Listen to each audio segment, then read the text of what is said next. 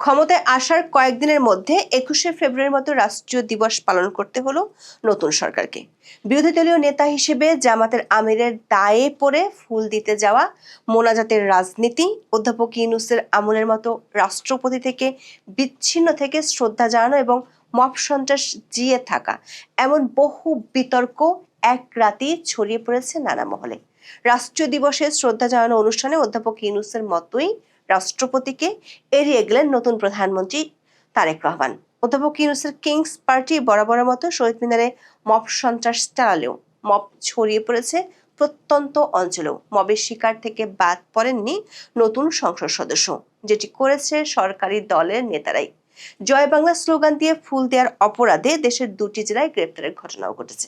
এসব কিছুর বাইরে জামাতের ফুল দেয়া আর মোনাজাতের রাজনীতি নতুন করে বিতর্কের জন্ম দিয়েছে।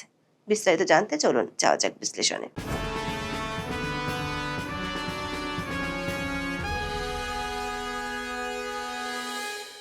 বাংলাদেশের রাষ্ট্রীয় আচারের ইতিহাসে ২১শে প্রথম প্রহরে রাষ্ট্রপতি এবং প্রধানমন্ত্রী একসাথে শহীদ মিনারে আসাটা ছিল এক অলিখিত নিয়ম। অধ্যাপক ইউনূস ক্ষমতায় আসার পর থেকে ব্যত্যয় ঘটে সেই নিয়মের।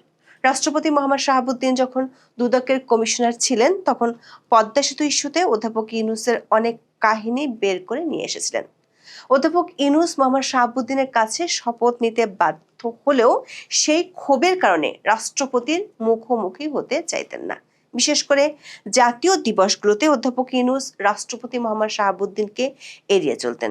এমনকি এই মুখোমুখি দেখা এড়ানোর জন্য রাষ্ট্রপতি জাতীয় ঈদগাহে নামাজ পর্যন্ত পড়তে যেতে পারেননি। ধারণা ছিল অধ্যাপক ইউনূসের যুগের অবসান হয়েছে, বাংলাদেশের ক্ষমতার কেন্দ্রগুলো স্বাভাবিক আচরণে ফিরে যাবে। কিন্তু নতুন সরকারের আমলে ২১শে ফেব্রুয়ারিতে রাষ্ট্রপতি মোহাম্মদ শাহাবুদ্দিন এবং প্রধানমন্ত্রী তারেক রহমান আলাদাভাবে শহীদ মিনারে শ্রদ্ধা নিবেদন করেছেন। অধ্যাপক ইউনূস যখন রাষ্ট্রপতিকে এড়িয়ে চলতেন, তখন সমালোচকরা বলেছিলেন এটি রাষ্ট্রীয় সংহতির পরিপন্থী। রাষ্ট্রপতি রাত ১২টা ১ মিনিটে ফুল দেন এবং তার চলে যাওয়ার পর রাত ১২টা ৮ মিনিটে প্রধানমন্ত্রী তারেক রহমান বেদিতে আসেন। তবে শহীদ মিনারের সবচেয়ে বিতর্কিত বিষয় ছিল ডক্টর শফিকুর রহমানের উপস্থিতির ধরন। তিনি এবার কেবল জামাতের আমির হিসেবে নয়, বরং জাতীয় সংসদের বিরোধী দলীয় নেতা হিসেবে সেখানে উপস্থিত হয়েছিলেন। দর্শক, একটি বিষয় লক্ষণীয়, জামাত ইসলামী দলগতভাবে শহীদ মিনারে শ্রদ্ধা জানায়নি, কিন্তু তাদের আমির ১১ দলীয় জোটের সংসদ সদস্যদের নিয়ে ফুল দেন। সাংবাদিকদের প্রশ্নের জবাবে ডক্টর শফিকুর রহমান অত্যন্ত সতর্কতার সাথে একে রাষ্ট্রীয় আচারের অংশ বা স্টেট প্রোটোকল হিসেবে বর্ণনা করেছেন। জামাত দীর্ঘকাল ধরে শহীদ মিনার বা মূর্তি কেন্দ্রিক শ্রদ্ধাকে ধর্মীয়ভাবে নাজায়েজ বা বিতর্কিত বলে এড়িয়ে চলেছে। কিন্তু ২০২৬ সালের পরিবর্তিত রাজনৈতিক প্রেক্ষাপটে যখন তারা সংসদের প্রধান বিরোধী দল, তখন সেই অবস্থান থেকে সরে আসা বা অন্তত কৌশলগত নমনীয়তা দেখানো ছাড়া তাদের গতি নেই। এর আগে ২১শে ফেব্রুয়ারিতে জামাতের সহযোগী সংগঠনগুলোর উদ্যোগে শোভাযাত্রা ও আলোচনা সভা হলেও ৫২ ভাষা আন্দোলনের ৭৪ বছরের দলের কোনো আমিরকে কেন্দ্রীয় শহীদ মিনারে ফুল দিতে দেখা যায়নি। এই প্রেক্ষাপটে এবারের উপস্থিতি রাজনৈতিক ও সামাজিক অঙ্গনে আলোচনার জন্ম দিয়েছে। শহীদ মিনারে শফিকুর রহমানের সঙ্গে উপস্থিত ছিলেন বিরোধী দলীয় চিফ হুইপ নাহিদ ইসলাম, সংসদ সদস্য এটিএম আজহারুল ইসলাম, হাসনাত আবদুল্লাহ ও আক্তার হোসেন সহ জোটের অন্যান্য নেতারা। পুষ্পস্তবক অর্পণের পর বিরোধী দলীয় নেতা হিসেবে মোনাজাত পরিচালনা করেন। শ্রদ্ধা নিবেদন শেষে সাংবাদিকদের মুখোমুখি হন জামাতের আমির। এতদিন কেন জামাত শহীদ মিনারে আসেনি, এমন প্রশ্নের জবাবে তিনি বলেন, রাষ্ট্রীয় আচার হিসেবে এটা তার দায়িত্ব। বিরোধী দলীয় নেতা হিসেবে সঙ্গীদের নিয়ে তাকে আসতে হবে, তাই তিনি এসেছেন। জামাতের আমিরের বক্তব্য থেকে স্পষ্ট তিনি আসলে বাধ্য হয়েই শহীদ মিনারে গিয়েছিলেন। শহীদ মিনারে একজন সাংবাদিক যখন প্রশ্ন করেন জামাত কি এখনো শহীদ মিনারে ফুল দেয়াকে নাজায়েজ মনে করে, তখন আমিরের বিরক্তি ছিল দেখার মতো।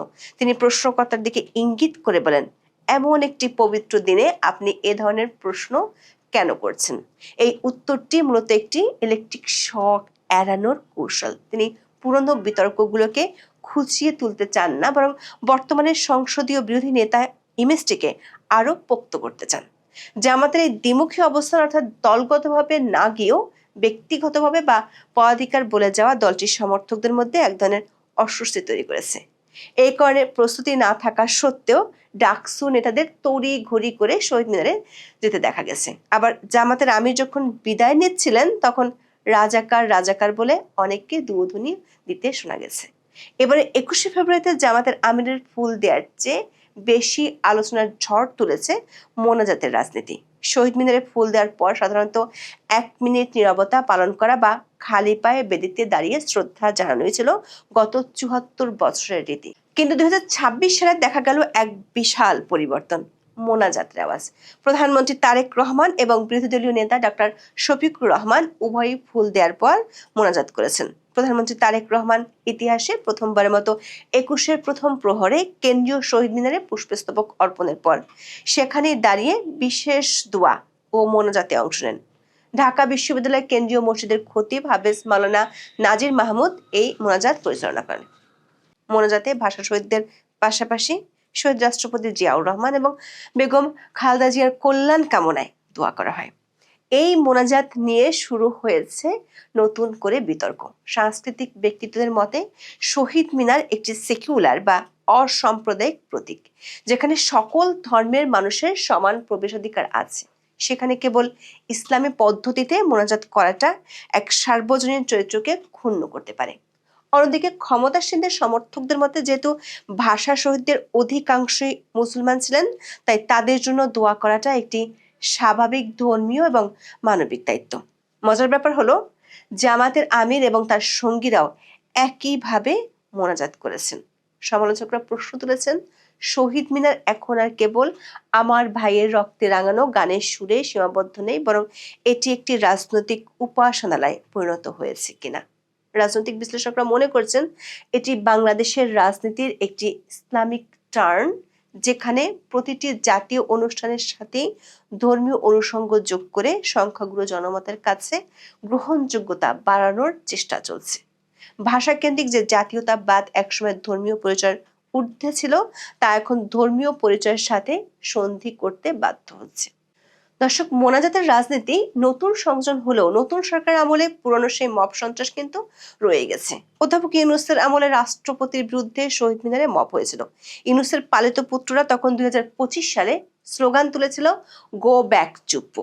রাষ্ট্রপতির বিরুদ্ধে এবার তেমন কোনো মব বাহিনী না থাকলেও মব সন্ত্রাসীদের কাছ থেকে রেহাই পায়নি জাতীয় পার্টি, আওয়ামী লীগ, এমনকি সদ্য বিজয়ী সংসদ সদস্য রুমিন ফারহানাও। ব্রাহ্মণবাড়িয়ার 2 আসনের সংসদ সদস্য ব্যারিস্টার রুমিন ফারহানার উপর শহীদ মিনারে হামলার ঘটনাটি ছিল রাজনৈতিক পরিহাসের এক চূড়ান্ত পর্যায়ে। শ্রদ্ধা জানাতে রাত 11:45টার দিকে ব্রাহ্মণবাড়িয়ার সরাইল উপজেলার কেন্দ্রীয় শহীদ মিনারে পৌঁছান ব্যারিস্টার রুমিন ফারহানা। এ সময় পুষ্পস্তবক নিয়ে শহীদ বেদিতে সামনে দাঁড়িয়েছিলেন এমপি রুমিন ফারহানা ও তার কর্মী সমর্থকেরা। দৈনিক সমকালের খবরে বলা হয়েছে, এ সময় সরাইল উপজেলা বিএনপির সাবেক সাধারণ সম্পাদক আনোয়ার হোসেন মাস্টারের নেতৃত্বে বিএনপির নেতা কর্মীরা এসে রুমিন ফারহানাকে উদ্দেশ্য করে ভুয়া ভুয়া স্লোগান দিতে থাকলে পরিস্থিতি উত্তপ্ত হয়ে ওঠে। এ নিয়ে দুপক্ষের মধ্যে তুমুল উত্তেজনা বিরাজ করে। রুমিন ফারহানার আনা পুষ্পস্তবকটি ছিঁড়ে ফেলে প্রতিপক্ষের কর্মীরা। পরে পুলিশি হস্তক্ষেপে পরিস্থিতি নিয়ন্ত্রণে আসলেও ফুল দিতে না পেরে কর্মী সমর্থকদের পাহারায় ব্যারিস্টার রুমিন ফারহানা শহীদ মিনার ত্যাগ করেন।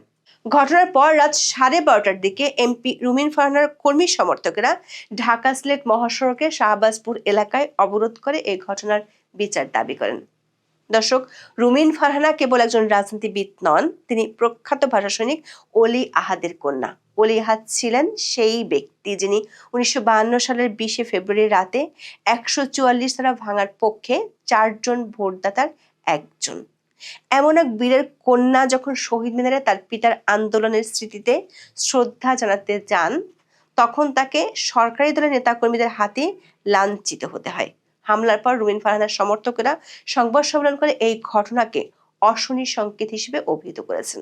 তিনি বলেছেন, যারা দলের পদ ব্যবহার করে এমন হিংস্রতা করে, তাদের বিষয়ে দলের উচ্চ পর্যায় থেকে ব্যবস্থা নেওয়া উচিত। না হলে দলের যেমন ক্ষতি হবে, সরকারের ভাবমূর্তিও ক্ষুণ্ণ হবে। দেশের অনেক জায়গায় কার্যক্রম নিষিদ্ধ থাকা আওয়ামী লীগের নেতাকর্মীরা শহীদ মিনারে ফুল দিয়ে শ্রদ্ধা জানিয়েছেন। এদের বেশিরভাগই গভীর রাতে শ্রদ্ধা জানিয়েছেন। এর মধ্যে নোয়াখালীতে 6 জন ও গাইবান্ধায় 2 জনকে আটকের খবর পাওয়া গেছে।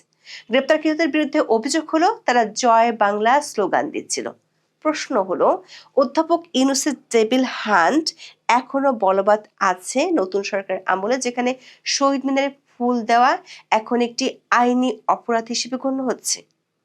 ঢাকায় শহীদ মিনারে আওয়ামী লীগ নো এন্ট্রি লেখা ব্যানার টাঙিয়েছিল কিংস পার্টির সদস্যরা। সাধারণ মানুষ সেই ব্যানার ছিঁড়ে ফেলে।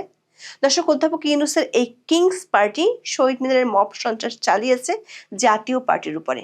এটি যেন অধ্যাপক ইউনূসের আমলের সেই ধারাবাহিকতারই প্রতিফলন, যেখানে জাতীয় পার্টিকে রাজনৈতিক কর্মকাণ্ড পালন করতে কার্যত নিষিদ্ধ রাখা হয়েছিল। বিডি নিউজ 24 এর খবরে বলা হয়েছে, ঘটনার প্রত্যক্ষদর্শী সাংবাদিকরা জানান, রাত 2টার দিকে এনসিপির মহানগর ইউনিটের পেছন পেছন ব্যানার ও ফুলের তোড়া হাতে শহীদ মিনারে ঢুকছিলেন জাতীয় পার্টির কয়েকজন নেতাকর্মী। সেখানে জাতীয় পার্টির কেন্দ্রীয় কোনো মুখ চেনা নেতাকে দেখা যায়নি। এনসিপির দলটি পুষ্পস্তবক অর্পণের পর জাতীয় পার্টির ব্যানার দেখে ভুয়া ভুয়া স্লোগান শুরু করে।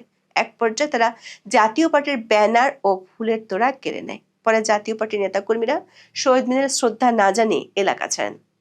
দর্শক, শহীদ মিনারের মতো একটি পবিত্র জায়গায় ভুয়া ভুয়া স্লোগান দেয়া এবং একটি রাজনৈতিক দলের ব্যানার ছিঁড়ে ফেলা ইঙ্গিত দেয় যে বাংলাদেশের রাজনীতির থেকে অধ্যাপক ইউনূস বিদায় নিলেও তার রেখে যাওয়া মব কালচার প্রাতিষ্ঠানিক রূপ পেয়েছে। শহীদ মিনারের ভাব গাম্ভীর্য কি রাজনৈতিক দলাদলি আর মব সন্ত্রাসের কারণে ক্ষুণ্ণ হয়নি?